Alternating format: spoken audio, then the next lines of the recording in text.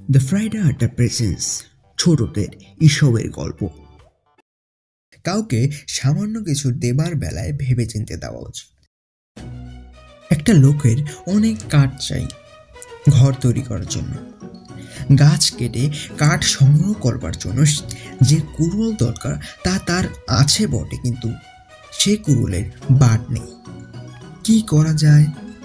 একটা পাহাড়ের উপরে অনেক গাছ থেকে সে সেখানে গেল, গিয়ে বলল, এখান থেকে আমি একটা ছোট কাঠ পেতে পারি কি? কেন সে গাছ চায় সে কথাটা অবশ্যই সে খুলে বলল না।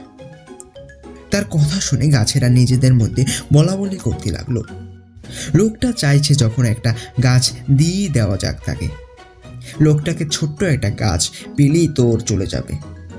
এরপর ছোট্ট একটা গাছ নিয়ে লোকটা বাড়ি এলো। এসে সেই গাছ দিয়ে তার কুড়ুলের হাতল তৈরি করে সেই হাতল লাগানো কুড়ুল কাঁধে করে আবার হাজির হলো সেই পাহাড়ে, যেখানে রয়েছে তার মনের মতো বড় বড় গাছ। গিয়ে মনের স্বাদে একে একে গাছ কাটতে শুরু করলো। দেখে গাছগুলো নিজেদের মধ্যে বলাবলি করতে লাগলো, লোকটাকে আগে যদি আমরা একটা ছোট গাছ না দিতাম তাহলে হয়তো বা আমাদের আজ এই দশা হতো না। কিন্তু তখন আর বললে কি হবে? কয়েকদিনের মধ্যেই লোকটার কুড়ুলের গায়ে গাছগুলো সব সাবার। আপনারা শুনছিলেন ছোটদের এসবের গল্প।